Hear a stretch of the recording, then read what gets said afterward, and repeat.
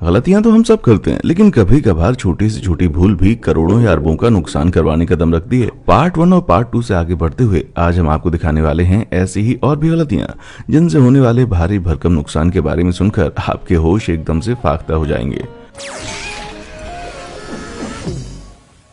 ननफंगालो पुल हुआ धाराशायी। ननफंगालो ब्रिज एक arch bridge था जो ताइवान के ननफंगाओ फिशिंग हार्बर के दो तटों को आपस में जोड़ता था। 460 फीट लंबाई वाला ये स्ट्रक्चर 1 अक्टूबर 2019 वाले दिन बुरी तरह से दुर्घटनाग्रस्त हो गया। एक ऑयल टैंकर बेचारा मजे से पुल क्रॉस कर रहा था, तभी पूरा का पूरा पुल अचानक से ऐंठ कर 60 फीट नीचे पानी में जा गिरा। टैंकर को देखकर लग रहा था कि वो बाल बाल बचकर निकल जाएगा, पर वो भी पुल के साथ ही पानी में समा गया। पुल के नीचे खड़ी 3 शिपिंग बोट्स ऊपर से गिरते हुए टनों स्टील और कंक्रीट के बोझ तले चकनाचूर हो गई और करीब 500 से ज्यादा बोट्स बाहर निकलने का रास्ता न होने के कारण हार्बर में फंस गई। इस हादसे में करीब 6 फिशरमैन मारे गए और 10 से ज्यादा लोग गंभीर रूप से घायल हुए। पर जल्दी ही हादसे में होने वाले नुकसान का आंकड़ा कई गुना ज्यादा बढ़ने वाला था। ये पुल अभी सिर्फ 20 साल ही पुराना था, जिसके चलते इसके धाराशायी होने के कारणों का पता लगाने के लिए एक जांच गठित की गई। पहले तो लोगों ने तेज हवाओं और इलाकों में कुछ दिन पहले आने वाले टाइफून से होने वाली तेज बारिश को इसका जिम्मेदार ठहराया, पर जल्दी ही खुलासा हुआ कि इस हादसे की पटरेखा तो पिछले कई सालों से तैयार हो रही थी। पुल के जोड़ों में साल दर साल बारिश और खारा पानी रिसकर भरने के कारण मेटल में पूरी तरह से जंग लग चुकी थी और कुछ जगहों पर स्टील केबल इतनी बुरी तरह से सड़ चुकी थी कि काटने पर पता चला उनका केवल 22% हिस्सा ही काम कर रहा था। और तो और पिछले 4 साल से इस पुल का किसी भी प्रकार का निरीक्षण न किया जाना सोने पर सुहागा साबित हुआ और सामने आया कि ब्रिज का खराब प्रबंधन ही रेगुलर इंस्पेक्शन न होने का जिम्मेदार था, जो उस भयानक हादसे की वजह भी बना। इस एक्सीडेंट के कारण सरकार को कुल $1,60,000 का मुआवजा देना पड़ा और नए पुल के निर्माण में आंखों में आंसू ला देने वाला $16.8 मिलियन का खर्चा आया। पर यह खर्चा जल्दी ही $29.3 मिलियन तक पहुंच गया, क्योंकि नए पुल में पुराने से कहीं ज्यादा सेफ्टी फीचर लगाए जाने थे ताकि इस तरह का हादसा भविष्य में दोबारा कभी ना हो। डिजास्टर की बात चली है तो याद करा दूं कि नीचे मौजूद लाइक और सब्सक्राइब बटन को जोर से ठोकना बिल्कुल ना भूलें। तो कहां थे हम? हबल का मिरर हुआ टेढ़ा। अप्रैल 1990 में जब दशकों की प्लानिंग और मेहनत के बाद विश्व विख्यात हबल टेलीस्कोप अंतरिक्ष में लॉन्च किया गया, तो उस वक्त के हिसाब से उसकी कीमत $150 करोड़ के लगभग थी। यह टेलीस्कोप दूर अंतरिक्ष में स्थित तारों और गैलेक्सीज की तस्वीर लेने के लिए बनाया गया था। बस एक ही दिक्कत आ रही थी, वो ये कि हबल की तस्वीरें थोड़ी धुंधली सी नजर आ रही थी, मानो कैमरा से नहीं बल्कि किसी टोस्टर से ली गई हूं। नासा ने पड़ताल में पाया कि टेलीस्कोप का 7.8 फीट साइज वाला मेन मिरर का शेप असल में थोड़ा गड़बड़ है। उस मिरर को पर्किन एल्मेर कॉर्पोरेशन नाम की कंपनी ने बनाया था और उन्होंने अपनी जांच में पाया कि मिरर बनाने वाली मशीन में थोड़ा सा कैलिब्रेशन एरर था। बता दें कि परफेक्ट पैराबोलिक आकार और बेहद हल्के फुल्के वजन वाले किसी विशालकाय मिरर को बनाना कोई इतना आसान काम नहीं है। सबसे पहले बोरोसिलिकेट कांच के छोटे छोटे टुकड़ों को एक सांचे पर 1 हफ्ते तक पिघलाया जाता है। फिर करीब 3 महीने तक कांच को गोल गोल घुमाकर 1200 डिग्री सेल्सियस से 650 डिग्री सेल्सियस के तापमान तक ठंडा किया जाता है और अंत में 20 नैनोमीटर एक्यूरेसी के लिए जबरदस्त पॉलिश की जाती है, जिसे पूरे होने में 2 साल का समय लग सकता है। लेकिन इस स्टेज पर आकर मिरर में कैलिब्रेशन एरर होने का मतलब था कि हबल का ये मिरर महज बाल की मोटाई के 50वें हिस्से के बराबर ही इधर उधर था। आपको ये एरर भले ही मामूली सी लग रही हो, पर $150 करोड़ खर्च करने वाली नासा इससे जरा भी खुश नहीं थी। अंतरिक्ष में मिरर को रिप्लेस करना तो बहुत ही इम्प्रैक्टिकल साबित होता, सो नासा ने हबल के लिए एक करेक्टिव लेंस बनाने की ठानी, बिल्कुल जैसे लोगों के लिए नजर के चश्मे बनाए जाते हैं। स्पेस टेलीस्कोप एक्सियल रिप्लेसमेंट या शॉर्ट में कोस्टार को एक दूसरे अभियान के जरिए 1993 में अंतरिक्ष में भेजकर इंस्टॉल किया गया था। महज एक छोटी सी गलती के चलते कोस्टार को विकसित करना पड़ा, जिसके कारण प्रोजेक्ट की कीमत पूरे 5 करोड़ बढ़ गई। लेकिन उसके बाद हबल द्वारा ली जाने वाली तस्वीरें इतनी साफ हो गईं, लगा मानो कि उस गलती को सुधारने में खर्च होने वाली सारी की सारी रकम पूरी तरह से वसूल हो गई। NOAA सैटेलाइट जमीन पे ही दुर्घटनाग्रस्त हुई। साल 2003 में Lockheed Martin space system company के एक बहुत ही महंगे और इम्पोर्टेंट प्रोजेक्ट में भारी गड़बड़ी हो गई। नासा ने कंपनी को NOAA के लिए प्राइम वेदर सैटेलाइट बनाने के $233 मिलियन पर पीस का ठेका दिया और वो सैटेलाइट बहुत सारे हाई टेक्नोलॉजी इंस्ट्रूमेंट से लदी हुई थी। लेकिन जब कंपनी के वर्कर उस सैटेलाइट को बड़े ध्यान से हॉरिजॉन्टल पोजीशन में ला रहे थे, तभी कुछ गड़बड़ हो गई और पूरा का पूरा ढांचा 3 फीट नीचे जमीन पर आ गिरा। सैटेलाइट में मौजूद नाजुक इंस्ट्रूमेंट को जबरदस्त नुकसान हुआ और दुर्घटना की तह तक पहुंचने के लिए एक फुल इंक्वायरी गठित की गई। पाया गया कि ब्रिलियंट टेक्नीशियंस और इंजीनियर्स की मौजूदगी के बावजूद पूरी की पूरी फैसिलिटी में प्रोसीजर को लेकर जरा भी डिसिप्लिन का माहौल नहीं था। पता चला कि जब सैटेलाइट की टर्नओवर काट गोदाम में रखी थी तो किसी टेक्नीशियन ने एडॉप्टर प्लेट को पकड़े रखने वाले 24 नट निकाल दिए और मेंटेनेंस लॉग में उसकी कोई भी एंट्री नहीं की। काट को ले जाने वाली टीम ने सैटेलाइट मूव करने से पहले बोल्ट्स पर ध्यान नहीं दिया और महज एक झटके में $10 लाख का सत्यानाश हो गया। लॉकहीड मार्टिन को प्रोजेक्ट में होने वाले मुनाफे से इस नुकसान की भरपाई करनी पड़ी, लेकिन सरकार ने हाथ बटाया और दोनों ने मिलकर $135 मिलियन का भारी भरकम रिपेयर बिल कैसे भी करके झेल लिया। अगर मुझे कभी ऐसा भारी भरकम बिल चुकाना पड़ जाए ना, तो मेरी तो उसी पल खड़े खड़े जान निकल जाएगी भाई। करोड़ों के बिटकॉइन गए कूड़े में। क्रिप्टो करेंसी बिटकॉइन साल 2008 में जब पहली बार दुनिया के सामने आई तो इसकी वैल्यू के बारे में किसी को भी अंदाजा नहीं था। शुरुआत में बिटकॉइन की कीमत महज 0.0008 सेंट ही हुआ करती थी और गिने चुने लोग ही इसे खरीदा करते थे। पर इंग्लैंड के जेम्स होल्स ने इसकी पोटेंशियल को पहचान लिया और इस IT वर्कर ने एक सॉफ्टवेयर के जरिए माइनिंग करके बेहद कम समय में 7500 बिटकॉइन इकट्ठा कर लिए। साल 2010 आते आते बिटकॉइन की वैल्यू 8 सेंट तक पहुंच गई, पर फिर भी यह अभी इतना आकर्षक नहीं हुआ था। सो जेम्स ने अपने जमा किए हुए बिटकॉइंस को उससे खर्च करने के लिए जरूरी सॉफ्टवेयर समेत एक एक्सटर्नल हार्ड ड्राइव में स्टोर किया और ड्राइव को कहीं रखकर भूल गए। साल 2013 में जेम्स ने उस हार्ड ड्राइव को गलती से कूड़ेदान में डाल दिया और ये छोटी सी गलती उनकी जिंदगी की आज तक की सबसे महंगी भूल साबित होने वाली थी। बेचारी की फूटी किस्मत पर तरस आ रहा है, क्योंकि 2013 ही वो साल था जब बिटकॉइन की कीमत ने असल मायनों में उड़ान भरनी शुरू की। अप्रैल तक बिटकॉइन की कीमत $220 तक पहुंच गई, जिससे जेम्स के कॉइन कलेक्शन की कुल कीमत अब 16.30 लाख हो चुकी थी और अपनी गलती के एहसास के लिए अब काफी देर हो चुकी थी। उसने लाखों की कीमत वाले बिटकॉइन से भरी उस हार्ड ड्राइव को पागलों की तरह शहर के सारे कूड़े घरों में ढूंढना शुरू किया, पर अफसोस कि आज तक कोई कामयाबी उसके हाथ न लग सकी। किस्मत बेचारी के जले पर मानो मिर्च रगड़ना चाह रही हो, क्योंकि 17 दिसंबर 2017 को बिटकॉइन की कीमत ने $19,783 की अविश्वसनीय ऊंचाई को छू लिया। इसका मतलब हुआ कि इंग्लैंड के किसी कूड़े घर में एक हार्ड ड्राइव पड़ी हुई है जिस पर करीब $14.8 करोड़ के बिटकॉइंस का भंडार छिपा हुआ है। 2030 तक बिटकॉइन की कीमत 3,87,000 तक पहुंचने की उम्मीद है, जिस हिसाब से उस हार्ड ड्राइव पर करीब $300 करोड़ के बिटकॉइन पड़े हुए हैं। क्या कुछ देर के लिए मुझे कोई अपना मेटल डिटेक्टर देगा भाई? बस यूं ही शहर में थोड़ा सा टहल कर आता हूं भाई। किसी की गलती से जागे किसी के भाग। दुनिया में शायद ही कोई ऐसा बंदा हो जिसने हैरी पॉटर की मजेदार कहानियों के बारे में ना सुना हो। आम जनता को जादूगरी की दुनिया से रूबरू करवाने वाली ये दिलचस्प किताबें कुछ पब्लिशिंग कंपनीज को उनकी एक छोटी मगर आगे चलकर भारी नुकसान कराने वाली गलती उनको बार बार याद कराती होगी। Harry Potter and the philosopher's stone की पहली हैंड रिटन कॉपी को J.K. रॉलिंग ने साल 1995 में कंप्लीट किया था। अपने दिमाग में मौजूद आइडियाज को कागज पर उतारने में उन्हें पूरे 5 साल की मेहनत लगी थी, पर यह तो उस बुक के मार्केट में आने की यात्रा का सबसे आसान हिस्सा था भाई। रॉलिंग के एजेंट ने कई पब्लिशर से बात की और सोचा कि वे किताब को छापने के लिए आपस में लड़ पड़ेंगे, लेकिन आश्चर्य की बात यह है कि 12 के 12 अलग अलग पब्लिशर्स ने रावलिंग की किताब को छापने से मना कर दिया, जो अंत में ब्लूम्सब्यूरी पब्लिशर्स द्वारा छापी गई। पहले तो ब्लूम्सब्यूरी ने किताब की केवल 534 प्रतियां ही छापी थी, लेकिन साल 1997 खत्म होते होते इस किताब की डिमांड कई गुना बढ़कर 70,000 कॉपीज को छू चुकी थी। फिलोसोफर्स स्टोन को पूरी दुनिया में बेस्ट सेलर के खिताब मिलने लगे और जल्दी ही इसे एक बेहद लोकप्रिय मूवी में भी कन्वर्ट कर दिया गया, जिसने जनता के बीच हैरी पॉटर के जुनून को और भी ज्यादा गहरा कर दिया। 2018 तक दुनिया भर में हैरी पॉटर बुक्स की 50 करोड़ से भी ज्यादा प्रतियां बिक चुकी थीं और पूरी की पूरी फ्रेंचाइजी की कीमत अब $2,500 करोड़ के आसपास पहुंच चुकी थी। हैरी पॉटर सीरीज अब अपने क्लाइमैक्स पर पहुंच चुकी है, पर यह आज भी ब्लूम्सब्यूरी कंपनी के पब्लिशिंग ताज में जड़ा हुआ सबसे बेशकीमती नगीना है, जिसके बल पर उन्होंने मात्र 2020 में ही 162 मिलियन पाउंड से भी ज्यादा की कमाई की है। जो 20 करोड़ डॉलर के बराबर है। बाप रे, मैं दावे से कह सकता हूँ कि हैरी पॉटर की पहली बुक को छापने से मना करने वाले वो 12 पब्लिशर जब भी अपनी उस गलती से होने वाले नुकसान के बारे में सोचते होंगे तो उनका जी जरूर मिचलाने लगता होगा। समुद्र में पलटा विशालकाय जहाज। सुबह तड़के 2 बज रहे थे और दिन था 8 सितंबर 2019 का, जब जॉर्जिया के तट से लगकर चल रही South Korean ship MV Golden Ray के चालक दल ने आनंद फानन में रेस्क्यू अथॉरिटीज को कांटेक्ट किया। 656 फीट लंबाई वाली उनकी ये ट्रांसपोर्ट शिप एक तरफ झुकी जा रही थी और तमाम कोशिशों के बाद भी वो उसकी पोजीशन सही नहीं कर पा रहे थे।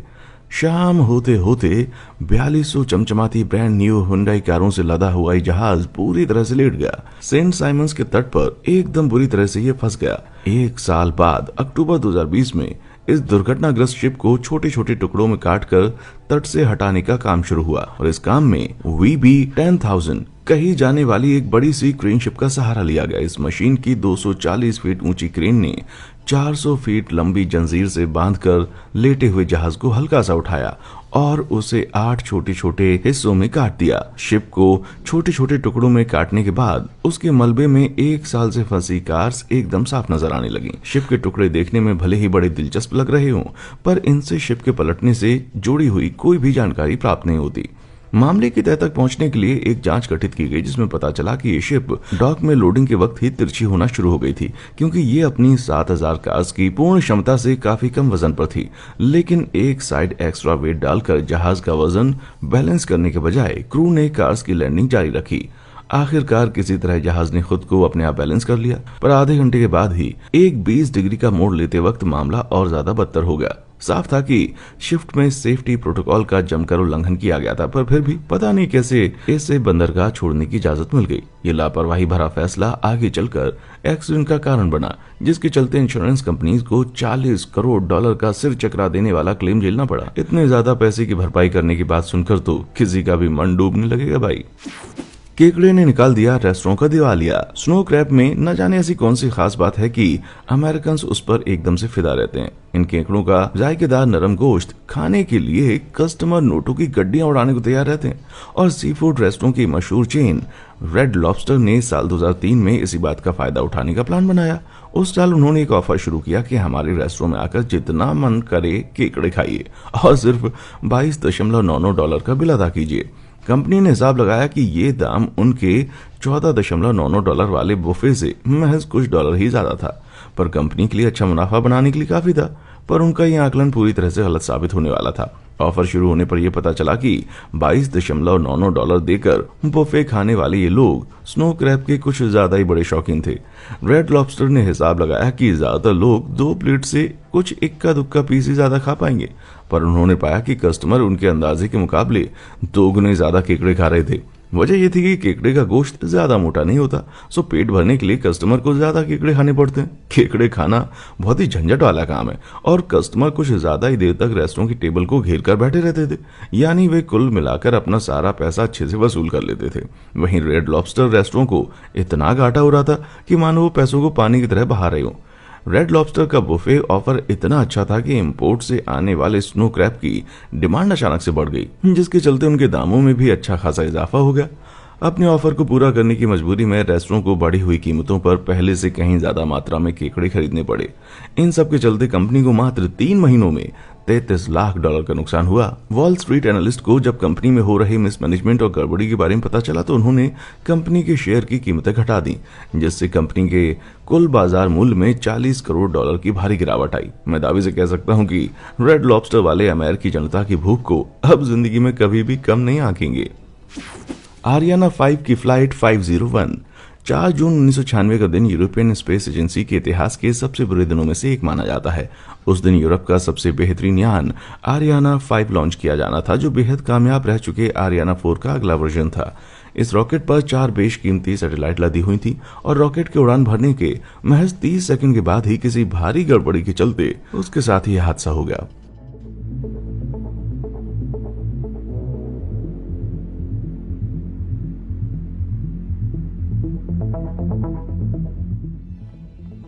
2.3 मील की ऊंचाई पर पहुंचकर रॉकेट ध्वनि की रफ्तार से चल रहा था।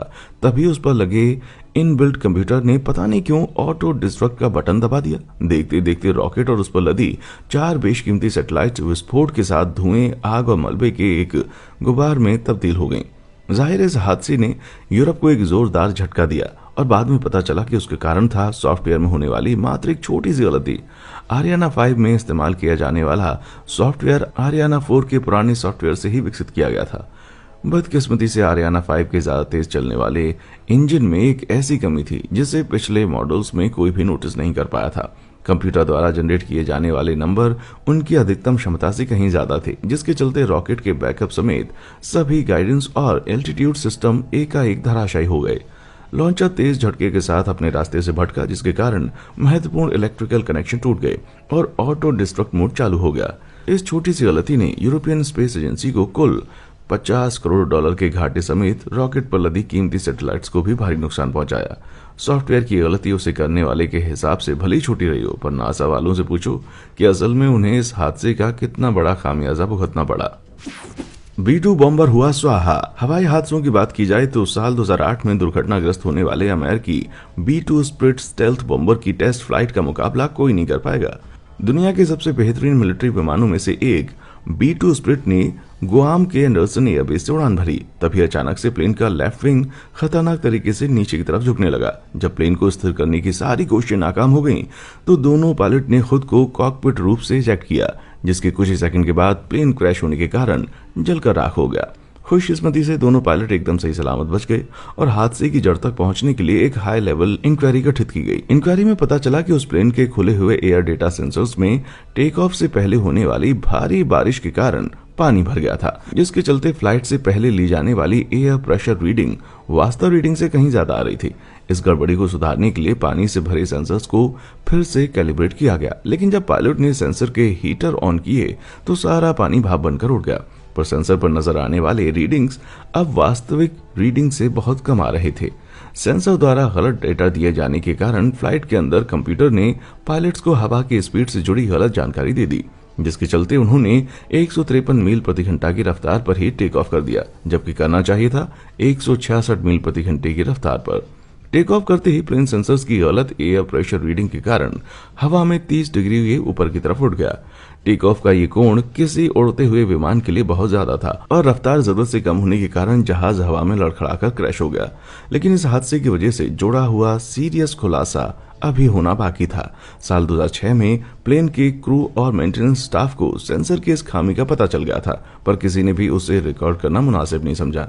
एक छोटी सी गलती के चलते $140 करोड़ कीमत वाला बेहतरीन प्लेन देखते देखते स्वाहा हो गया। भाई मैं दावे के साथ कह सकता हूँ कि यूएस मिलिट्री अपने आने वाले समय में ऐसी गलती को दोबारा होते हुए शायद कभी नहीं देखना चाहेगी। बेवकूफी से तबाह हुए मीलों मील जंगल। शिकार का शौक रखने वाले नए नवेले शिकारी सर्जियो मार्टिनेज एक बार जब दक्षिणी कैलिफोर्निया के जंगलों में अक्टूबर 2003 के आसपास खो गए तो उन्हें पूरा यकीन था कि अब वे जिंदा नहीं बचेंगे। बेतहाशा होकर उन्होंने खोजी हेलीकॉप्टर्स का ध्यान अपनी तरफ आकर्षित करने के लिए सैन डिएगो हिल्स के सूखे हुए जंगलों में 2 छोटी छोटी आग जला दी। आग से उठने वाले धुएं ने लोगों का ध्यान तो अपनी तरफ खींचा, लेकिन केवल गलत कारणों के चलते जल्दबाजी में बनाई गई ये सिग्नल फायर जोर से भड़क गई और देखते देखते तेज हवाओं के कारण पूरे के पूरे इलाके में फैलने लगी। जल्दी ही जंगल की आग 3600 एकड़ प्रति घंटा की रफ्तार से फैलने लगी, यानी प्रति घंटे 2700 फुटबॉल मैदान के बराबर क्षेत्रफल वाले घने पहाड़ी जंगल जलकर राख हो रहे थे। 4 नवंबर को जाकर जब आग बुझी तो 2,73,000 एकड़ जंगल तबाह हो चुके थे। एक इतना बड़ा इलाका कि उसमें पूरा का पूरा हांगकांग समा जाए। इस हादसे में कुल 2820 मकान और इमारतें तबाह हुए और 15 लोगों को अपनी जान गंवानी पड़ी।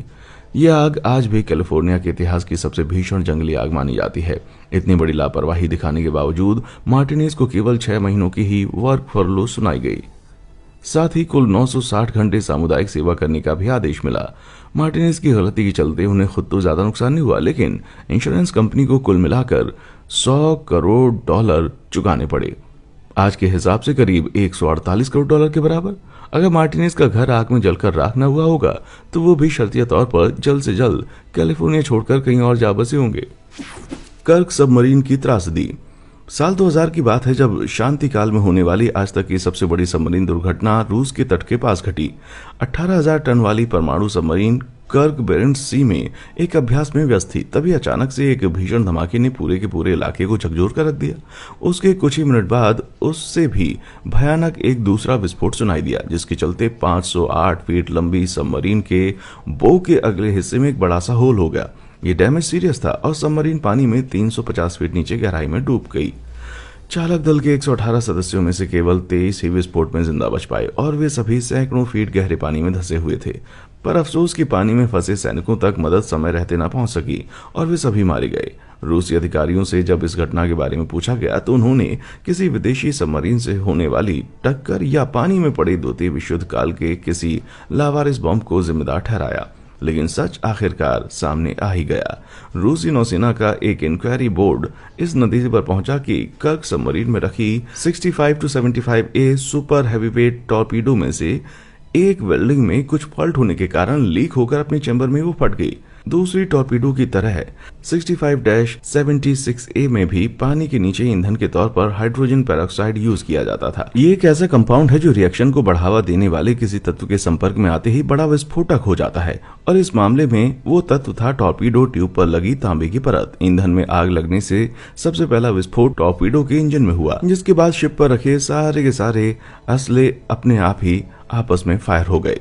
सबमरीन के बचे खुचे ढांचे को सतह पर लाने में कुल 14 महीने का समय और $7 करोड़ का खर्चा आया। लेकिन ये नुकसान सबमरीन को बनाने में खर्च होने वाले $100 करोड़ या आज के हिसाब से $176 करोड़ और 6 साल का महत्वपूर्ण एक्सपीरियंस खो जाने के मुकाबले कुछ भी नहीं था। मुझे उम्मीद है कि वेल्डिंग में होने वाली गलती के लिए जिम्मेदार शख्स को भी नौकरी से जरूर फायर कर दिया गया होगा और टॉर्पीडो ट्यूब में रखकर फायर किया गया हो तो फिर क्या ही कहने।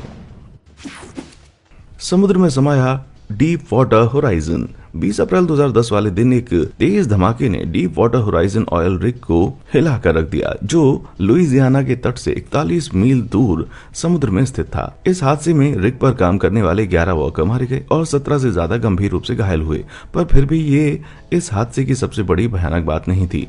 ऑयल रिग से रिसता हुआ तेल मैक्सिको की खाड़ी में तेजी से फैलने लगा, जिसकी अधिकतम रफ्तार 60,000 बैरल प्रतिदिन तक पहुंच गई थी। यानी इतना तेल कि 4 ओलंपिक स्विमिंग पूल लबालब भर जाएं, वो भी हर 24 घंटे। कच्चे तेल के जहरीले काले कीचड़ ने अमेरिकी तट के 1100 मील लंबे हिस्से को प्रदूषित कर दिया और इसे जल्दी ही मानव इतिहास की सबसे बड़ी ऑयल स्पिल का खिताब मिला। पर आपको बता दें, यह हादसा पूरी तरह से टाला जा सकता था। ट्रांस ओशन कंपनी से ब्रिटिश ऑयल कंपनी BP द्वारा किराए पर ली गई ये रिग समुद्र की सतह से 5000 फीट नीचे स्थित पत्थरों के 1800 फीट नीचे स्थित तेल के भंडार के ठीक ऊपर इंस्टॉल की गई थी। BP ने कुछ समय पहले ही कॉन्ट्रैक्टर हैलिबर्टन को समुद्र तल पर स्थित कुएं के मुंह को सील करने का जिम्मा दिया गया था ताकि कुछ दिनों के लिए प्रोडक्शन रोका जा सके। कॉन्ट्रैक्टर ने इस काम के लिए हाइड्रोजन फोम सीमेंट मिक्स का इस्तेमाल किया, पर दोनों ही कंपनी जानती थी कि यह पदार्थ इस काम के लिए ज्यादा स्टेबल नहीं है। उस मिक्सचर पर किए गए 4 में से 3 टेस्ट में सामने आया कि ये इंडस्ट्री स्टैंडर्ड्स पर खरा नहीं उतरता। फिर भी दोनों कंपनीज उसे इस्तेमाल करने पर राजी हो गई। सील करने वाला मटेरियल उचित न होने के कारण कुएं से गैस और तेल रिसने लगा और एक के बाद एक कई सेफ्टी फीचर्स फेल होने के कारण कच्चा तेल जबरदस्त प्रेशर के साथ ऊपर रिग तक आया और भयानक विस्फोट के साथ जल उठा। इस भयानक धमाके के कारण रिग 2 दिनों बाद समुद्र में समा गई और क्लीन अप क्रू को अपना काम खत्म करने में पूरे 3 साल का समय लग गया। इस हादसे के चलते ब्रिटिश पेट्रोलियम को बहुत भारी भरकम नुकसान उठाना पड़ा। सबसे पहले तो उन्होंने हादसे से प्रभावित लोगों के लिए $2000 करोड़ का एक फंड सेटअप किया, लेकिन अगले साल समुद्र की साफ सफाई, रिकवरी और लीगल फीस मिलाकर कुल खर्चा $6340 करोड़ तक पहुंच चुका था।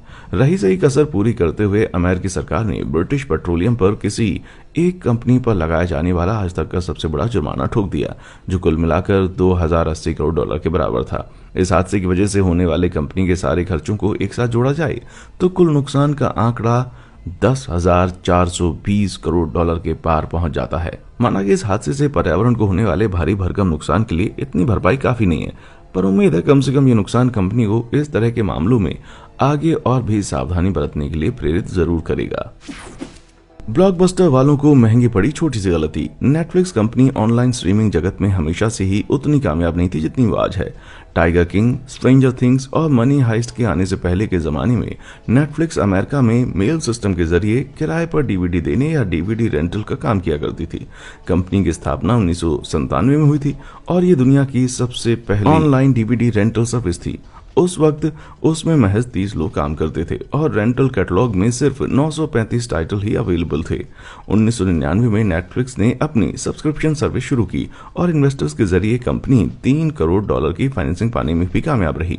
उस वक्त कंपनी घाटे में चल रही थी, फिर भी उसे अपने बिजनेस मॉडल पर इतना कॉन्फिडेंस था कि उन्होंने ब्लॉकबस्टर कंपनी को 5 करोड़ में नेटफ्लिक्स बेचने का ऑफर दे दिया। उस समय blockbuster company home video rental की दुनिया का बेताज बादशाह थी, जिसके पास करीब 9,000 स्टोर और चरम पे पहुंचने पर $500 करोड़ की मार्केट वैल्यू थी। सो उन्होंने शायद हुरूर में आकर ये ऑफर ठुकरा दिया, पर आगे चलकर ब्लॉकबस्टर वाले अपने इस फैसले पर बहुत ही ज्यादा पछताने वाले थे। कुछ सालों बाद दुनिया वीडियो कैसेट छोड़कर डीवीडी की तरफ बढ़ गई और फिर उसे भी छोड़ ऑनलाइन स्ट्रीमिंग को अपना लिया। नेटफ्लिक्स ने एकदम सही समय पर इस चीज का फायदा उठा लिया। नेटफ्लिक्स का मुकाबला करने के लिए साल 2004 में ब्लॉकबस्टर ने भी अपनी online DVD rental service launch की, पर ऑनलाइन मार्केट में नेटफ्लिक्स पहले ही बाकियों से कहीं आगे थी। फिर 2007 में नेटफ्लिक्स ने अपना खुद का ऑनलाइन स्ट्रीमिंग प्लेटफॉर्म लॉन्च किया, जो कि साल 2000 आते आते दुनिया के कई देशों में देखा जाने लगा। लेकिन शायद ब्लॉकबस्टर का दौर अपने खात्मे की तरफ बढ़ रहा था, क्योंकि अब इक्का दुक्का लोग ही स्टोर में जाकर किराए पर डीवीडी लेते थे। ब्लॉकबस्टर के राजस्व में भारी गिरावट आने लगी और साल 2010 में जब कंपनी ने दिवालियापन के लिए अर्जी डाली तो उसकी कुल मार्केट वैल्यू पहले के मुकाबले कई गुना कम या सिर्फ $24 मिलियन ही रह गई थी। वहीं नेटफ्लिक्स एक कंपनी के तौर पर बहुत ही अच्छे से फल फूल रही थी।